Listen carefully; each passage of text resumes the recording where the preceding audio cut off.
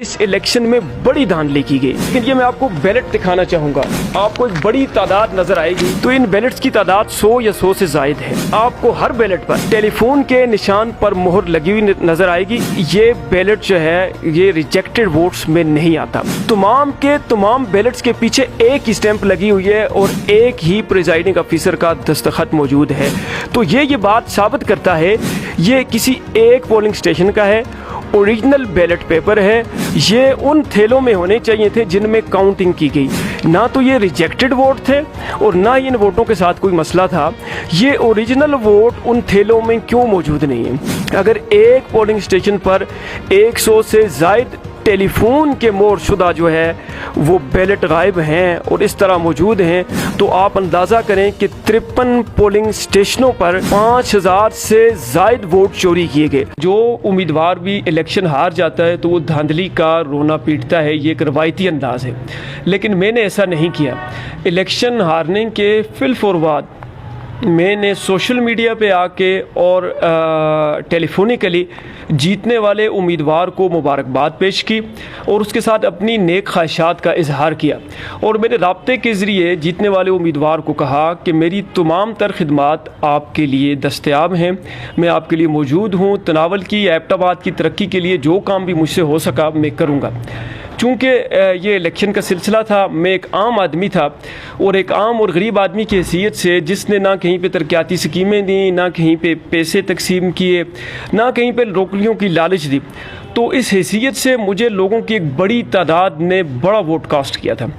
और बड़ा vote cast करने की हैसियत से मुझे बहुत सारे लोगों ने राब्ता किया कि इलेक्शन में मुनज़्ज़म धांधली हुई, लेकिन मैंने मुनज़्ज़म धांधली का खामोश रहा, इस पर कोई बातचीत नहीं की। अब चूँकि मुझे कुछ मुनज़्ज़म सबूत ऐसे मिले हैं कि जिनकी बुनियाद पर कहा जा सकता है कि ये प्री पोल रिगिंग थी और ड्यूरिंग इलेक्शन भी रिगिंग की गई। सबसे पहले तो ये इलेक्शन अनाउंस होने से कबल ही एक ऐसे आदमी को इसका असिस्टेंट रिटर्निंग ऑफिसर लगाया गया, जिसको पहले डेपुटेशन पे एक गर्ल्स हाई स्कूल का क्लर्क होने के नाते एबटाबाद में एडमिनिस्ट्रेटर तैनात किया जाता है। सूबाई हुकूमत के अहकामात की धज्जियाँ बिखेरी जाती हैं और पूरे सूबे में वाहिद ऐसी मिसाल है कि एजुकेशन डिपार्टमेंट का क्लर्क एडमिनिस्ट्रेटर तैनात किया जाता है। बात यहीं पे नहीं रुकती, इस एजुकेशन डिपार्टमेंट के क्लर्क को असिस्टेंट रिटर्निंग ऑफिसर तैनात किया जाता है। अगर हम इनको में कहें तो क़यादा रखा बिल्ला। तो जनाब, जिस बंदे ने इलेक्शन करवाना है उसको एक मुनज़्ज़म तरीके से रिटर्निंग अफसर लगाया जाता है। मुझे इस बात से मैं बिल्कुल बखूबी आगाह था, जिसके लिए मैंने सबसे पहले इलेक्शन कमीशन से रब्ता किया, ज़िली इंतज़ामिया को बताया, जिसका तहरीरी सबूत मेरे पास मौजूद है। ये इलेक्शन कमीशन की रिसीविंग है। मीडिया के दोस्त अगर इसको दिखाएं तो रिसीविंग मौजूद है, जिसमें मैंने चीफ इलेक्शन कमिश्नर से लेकर डिस्ट्रिक्ट रिटर्निंग ऑफिसर तक सबको आगाह किया।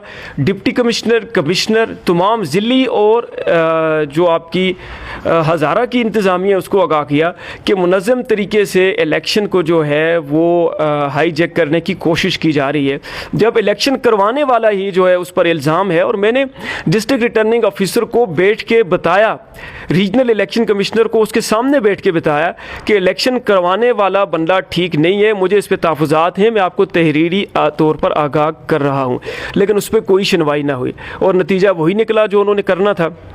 मुख्तसर करते हुए मैं अपनी बात को अगर आपके सामने रखूं तो मुझे कुछ सबूत ऐसे मिले जिनकी बुनियाद पर मैं ये कह सकता हूं कि इस इलेक्शन में बड़ी धांधली की गई। मिसाल के तौर पर यहाँ पर मैं आपको सामने दिखाना चाहूँगा, ये इलेक्शन जो है वो होने के बाद मैं तो खामोश रहा, लेकिन ये मैं आपको बैलेट दिखाना चाहूँगा। ये बैलेट जो है आपको एक बड़ी तादाद नज़र आएगी। मीडिया के अगर दोस्त इसको बिल्कुल क्लियर करके दिखाएं इन बैलेट्स की तादाद को, तो इन बैलेट्स की तादाद 100 या 100 से ज़ायद है। 100 से ज़ायद ये बैलेट, इनमें अगर आप बगौर देखें तो इस बैलेट पर आपको हर बैलेट पर टेलीफोन के निशान पर मोहर लगी हुई नज़र आएगी। किसी तरह भी ये बैलेट जो है ये रिजेक्टेड वोट्स में नहीं आता। दूसरी सबसे अहम बात यह है, इस बैलेट की अगर आप बैक साइड पर जाएं तो आपको इस बैलेट की बैक साइड पर प्रिजाइडिंग ऑफिसर की स्टैंप इलेक्शन कमीशन की नज़र आएगी और प्रिजाइडिंग ऑफिसर का दस्तखत भी नज़र आएगा, जो ये बात साबित करता है कि ये ओरिजिनल बैलेट हैं। और सबसे अहम बात जो मैं करने जा रहा हूँ, इस स्टैंप में आपको एक कोड नज़र आएगा 066901। ये स्टैंप के पीछे कोड लगा हुआ है। ये 101 वोट है, 100 से ज़ायद वोट है। तमाम के तमाम बैलेट्स के पीछे एक ही स्टैंप लगी हुई है और एक ही प्रिजाइडिंग ऑफिसर का दस्तखत मौजूद है। तो ये बात साबित करता है कि ये जो वोट हैं, ये जो 100 से ज़ायद वोट है, ये किसी एक पोलिंग स्टेशन का है, ओरिजिनल बैलेट पेपर है। अगर एक पोलिंग स्टेशन पर 100 से ज़ायद वोट इस तरह ओपन मिलें, जिन वोटों का काम था ये उन थैलों में होने चाहिए थे जिनमें काउंटिंग की गई, ना तो ये रिजेक्टेड वोट थे और ना ही इन वोटों के साथ कोई मसला था। ये ओरिजिनल वोट उन थैलों में क्यों मौजूद नहीं है? अगर एक पोलिंग स्टेशन पर 100 से ज़ायद टेलीफोन के मोरशुदा जो है वो बैलेट गायब हैं और इस तरह मौजूद हैं, तो आप अंदाज़ा करें कि 53 पोलिंग स्टेशनों पर 5000 से ज़ायद वोट चोरी किए गए, जिस पे अवाम के मैंडेट की भरपूर तरीके से वो कहते हैं तौहीन की गई कि इस तरह की आपने तमाम तर जोर लगा लिया। ये तारीख़ का वाहिद इलेक्शन था जिसमें आर्डीनेंस के लिए मिनिस्टर्स, MPA, MNA सबको इजाज़त थी कि वो इलेक्शन कंपेन करें। उन्होंने खुलकर इलेक्शन कंपेन की, MPAs ने, MNAs ने खुलकर कंपेन की, खुलकर तरक्याती स्कीमों का ऐलान किया। इसमें आपको इन बातों का पता है, खबरें आपको पता है। खुलकर नकदियाँ तकसीम की गई, नौकरियों की ऑफरें की गई, मुझे किसी बात पे एतराज़ नहीं था। ये तमाम हरबे इस्तेमाल करने के बाद मेरे जैसे आम आदमी के साथ मुकाबला करने के लिए आपको यूं बैलेट पेपर भी बक्सों से निकालने पड़े। अब यहाँ तक पर तो ये बात बिल्कुल क्लियर है। मैंने कानूनी मुशावरत का अमल शुरू किया हुआ है और बैसियत तालिब इल्म कानून में इस बात को बिल्कुल अच्छी तरह समझता हूँ कि ये जो बैलेट हैं, ये जो 100 से ज़ायद बैलेट, यहाँ पर 100 बैलेट मौजूद है, इसको बुनियाद बनाकर इसकी वजह से इलेक्शन को कलअदम करार दिया जा सकता है और होने वाला नोटिफिकेशन रोका जा सकता है कि तहसील का जो चेयरमैन बना है उसका नोटिफिकेशन रोक लूँ। ये बैसियत एक तालिब इल्म कानून में समझता हूँ। वकालत, सियासत, सहाफ़त और निज़ामत का तमाम तर तजर्बा रखने के बावजूद और तमाम चीज़ें समझने के बावजूद मैं किसी तौर पर भी इलेक्शन कमीशन के पास इसलिए नहीं जाऊंगा कि ये नोटिफिकेशन रोका जाए या इस इलेक्शन पे स्टे दिया जाए। ये किसी सूरत नहीं करने जा रहा।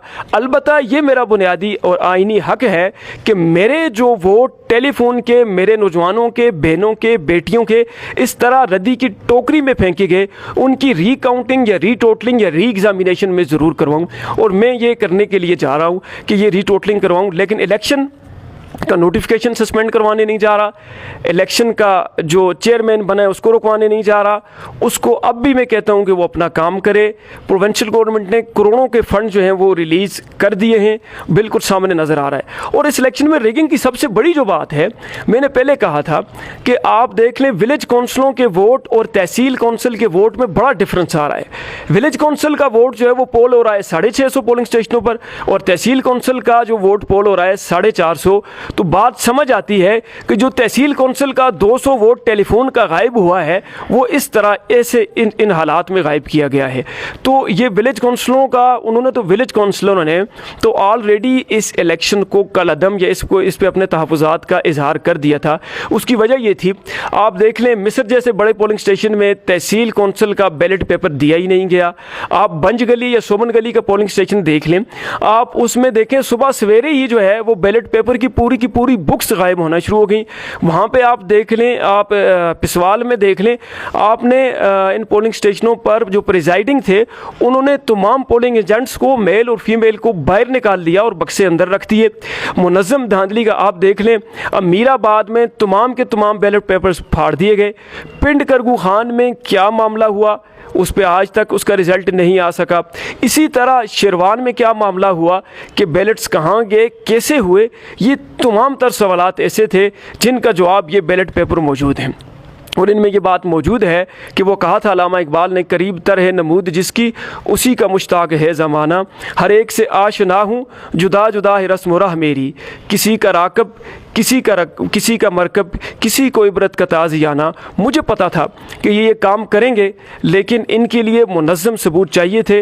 जो मुनज़्ज़म सबूत इसके अलावा बहुत सारे मेरे पास मौजूद हैं जो मैं सामने ला सकता हूं, लेकिन वो चूँकि इलेक्शन कमीशन को या इलेक्शन ट्रिब्यूनल को देने हैं, इलेक्शन ट्रिब्यूनल के पास होंगे, तो वो मैंने उनको देने हैं। वो मीडिया की वसातत से मैं ज़रूर कहूँगा कि वो तमाम तर इससे ज़्यादा बेहतर तरीके से और बेहतर सबूत मौजूद हैं जो ये साबित करेंगे कि सिर्फ़ और सिर्फ 4 यूनियन कौंसलों की तहसील पर इलेक्शन कमीशन शफाफ इलेक्शन नहीं करवा सका, तो वो क्या पूरे सूबे में या पाकिस्तान में शफाफ इलेक्शन करवा सकता है?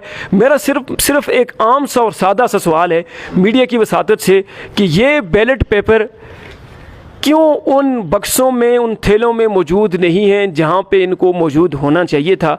मुझे इस सवाल का जवाब चाहिए। मुझे इस सवाल का दूसरा सवाल मेरा ये है, इसका जवाब चाहिए कि विलेज काउंसलों और तहसील काउंसलों के वोट में फ़र्क क्यों आ रहा है? मुझे इस बात का जवाब चाहिए कि जब आपको तहरीरी तौर पर आगाह कर दिया कि आपका असिस्टेंट रिटर्निंग अफसर बाइस्ड है, तो फिर उस पर क्यों कोई कार्रवाई नहीं की गई?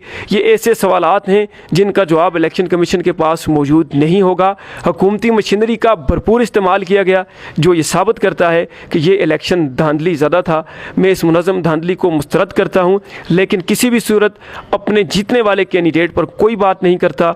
वो अपना काम जारी रखें, उनके नोटिफिकेशन को सस्पेंड नहीं करवाता, उनके नोटिफिकेशन पे स्टे नहीं लेता, इलेक्शन पे स्टे नहीं लेता। वो एज इट इज़ चलता रहे। करोड़ों रुपए के फ़ंड रिलीज़ हो चुके हैं, उन फंड्स को वो इस्तेमाल करें। अवामी मफाद के ख़िलाफ़ कोई काम करने को तैयार नहीं हूँ। इसी पर मैं इत्तेफाक करता हूँ। मैं अपने तमाम नौजवानों, दोस्तों, बुज़ुर्गों, बहनों, बेटियों और माँओं का शुक्रिया अदा करता हूँ कि उन्होंने मुझ जैसे गरीब और आम आदमी को इतने वोट कास्ट किए कि हुकूमती मशीनरी भी इस्तेमाल करनी पड़ी, धांधली भी करनी पड़ी, तरक्याती स्कीमें भी देनी पड़ी, नकदी पैसे भी देने की सूरत हाल पहुँची। उसके बाद भी हुकूमती मशीनरी को मेरे बैलेट पेपर निकाल के फेंकने पड़े।